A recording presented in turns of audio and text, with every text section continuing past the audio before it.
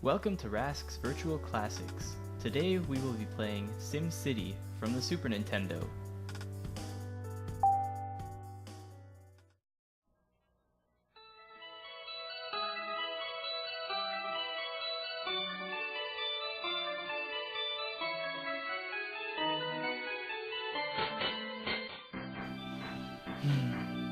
I love this music.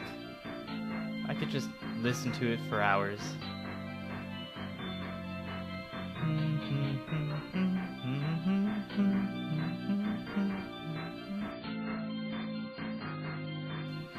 I know it's just a simple tune and it's pretty repetitive, but man, I just really love it. Well, there you have it. That's all you need to know about SimCity. It's got awesome title music. I think I'll just let you listen to this for another 4.5 minutes or so, and that'll be it. Nah, I'm just joking. Let's get started. We'll just start a new city here, and we'll have to pick a map. And we're waiting for the map to load. And still waiting. So the load times are really slow here. And if you wanted to pick a particular map, you can go down here and select which number, or you can scroll through them individually, but you'll have to wait this long for each map. At least you have some nice music. There we go. I'll just choose this one, and we'll name the city. Alright, now that I've named my city, I'll have to pick a difficulty. I'm gonna pick hard here because I'm just that hardcore. And welcome to SimCity, Population 0. I'll start off by building a power plant, and this thing will cost me $3,000, over half my starting amount. Jeez. Now the whole idea behind SimCity is that you're building the infrastructure of the city, laying down roads and power lines, setting up industrial zones, residential zones, and commercial zones, and the citizens will decide what to build in each of these zones. They'll also tell you how well you're doing in these handy public opinion reports. You can use these reports to see what needs to be improved in your city and where you should be spending your money. So now, I've spent all of my starting money and I've got myself a nice little town.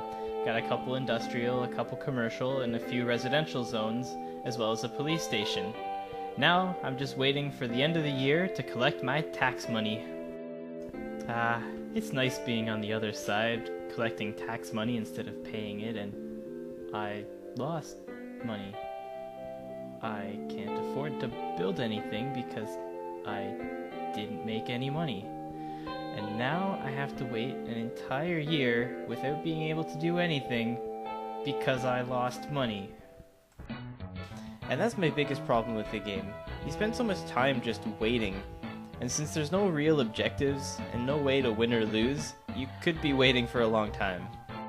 So in order to keep things interesting, you can throw in a few curveballs of your own, in the way of disasters. After all, what's even more fun than building a city? Tearing it down again. What's that? There's a fire somewhere in the city? Well, that's the least of your problems. Earthquake! Ah ha ha! Now flee, little Sims, for now I shall send a mighty flood to wash away all remnants of your once mighty cities. What's that on the horizon? Oh my god. Yeah, it's Bowser. Bowser's in this game. In fact, the Super Nintendo version is the only version that had Bowser in it. There's a few other things that were exclusive to the Super Nintendo release of SimCity. When your city reaches a certain size, you'll earn rewards, such as your house, or maybe a casino, or even a Mario statue. The Super Nintendo version also added Dr. Wright, who's named after the creator of SimCity.